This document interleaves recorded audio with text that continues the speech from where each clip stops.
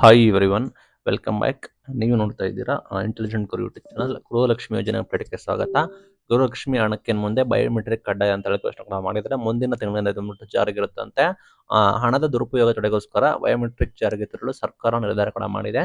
ಮುಂದಿನ ತಿಂಗಳಿಂದ ನಿಮಗೆ ಬಯೋಮೆಟ್ರಿಕ್ ಜಾರಿಗೆ ಇರುತ್ತೆ. ಬಯೋಮೆಟ್ರಿಕ್ಗೆ ಗೃಹಲಕ್ಷ್ಮಿ ಅಂದ್ರೆ ನೀವೆಲ್ಲ ಅಪ್ಲಿಕೆಂಟ್ಸ್ ಯಾರೆಲ್ಲ ಇದ್ದೀರಾ, ಗೃಹಲಕ್ಷ್ಮಿ ಫಲಾನುಭವಿಗಳು ಎರಡು ಇದೆ. ಅದು ನೀವು ಫೀಸ್ ಪೇಮೆಂಟ್ ಶುಲ್ಕವನ್ನು ಪಾವತಿ ಮಾಡಿ ನೀವು ಬಯೋಮೆಟ್ರಿಕ್ ಅನ್ನು ಕೂಡ ನೀವು ಸರಿಪಡಿಸಬೇಕಾಗುತ್ತೆ. ಬಯೋಮೆಟ್ರಿಕ್ ಅನ್ನು ಕೊಡಬೇಕಾಗುತ್ತೆ. ಬಯೋಮೆಟ್ರಿಕ್ ಆಗದೇ ಇದ್ರೆ ನಿಮಗೆ 2,000 ರೂಪಾಯಿ ಅಮೌಂಟ್ ಬರೋದಿಲ್ಲ ಅಂತ ಘೋಷಣೆ ಕೂಡ ಮಾಡಿದ್ದಾರೆ.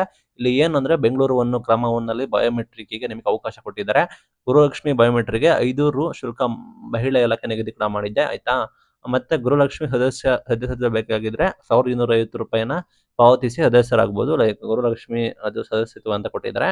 ನೀವೇನಾದ್ರು ಗೃಹಲಕ್ಷ್ಮಿ ಸದಸ್ಯತ್ವರಾಗಬೇಕಂದ್ರೆ 1,250 ರೂಪಾಯಿ ಅಮೌಂಟ್ ಕೊಡಬೇಕಾಗುತ್ತೆ. ಬೆಂಗಳೂರು ಕ್ರಮವೊಂದರಲ್ಲಿ ಕೂಡ ಇದೆ. ಬಯೋಮೆಟ್ರಿಕ್ 5 ರೂಪಾಯಿ ಶುಲ್ಕ ಕೂಡ ಇದೆ. ಬಯೋಮೆಟ್ರಿಕ್ ಮಾಡಿಸ್ಬೇಕಂದ್ರೆ ನೀವು ನಿಮ್ಮ ಆಧಾರ್ ಕಾರ್ಡ್ ತೆಗೆದುಕೊಂಡು ಹೋಗಬೇಕು. ನಿಮ್ಮ ಬಯೋಮೆಟ್ರಿಕ್ ಮಾಡಿಸ್ಬೇಕು. ನಿಮ್ಮ ಆಧಾರ್ ಕಾರ್ಡ್ ತೆಗೆದುಕೊಂಡು ಬಯೋಮೆಟ್ರಿಕ್ ಕೂಡ ಮಾಡಿಸಿದ್ರೆ ನಿಮಗೆ ಗೃಹಲಕ್ಷ್ಮಿ ಫಲಾನುಭವಿಗಳು ಅಂತ ಘೋಷಣೆ ಮಾಡಿದ್ರೆ ನಿಮಗೆ ಗೃಹಲಕ್ಷ್ಮಿ ಹಣ ಕೂಡ ಬರುತ್ತೆ. ಇನ್ ಕೇಸ್ ನೀವು ಬಯೋಮೆಟ್ರಿಕ್ ತೆಗೆದುಕೊಂಡು ಹೋಗಿಲ್ಲ, ಈ ರೀತಿ ಕೊಟ್ಟಿಲ್ಲ ಅಂದ್ರೆ ನಿಮಗೆ ಹಣ ಬರೋದಿಲ್ಲ. ಇದು ಬಿಗ್ ಬ್ರೇಕಿಂಗ್ ಅಪ್ಡೇಟ್. ಗೃಹಲಕ್ಷ್ಮಿ ಯೋಜನೆದ್ದು ಸಾಕಷ್ಟು ಬದಲಾವಣೆ ತಂದಿದ್ದಾರೆ.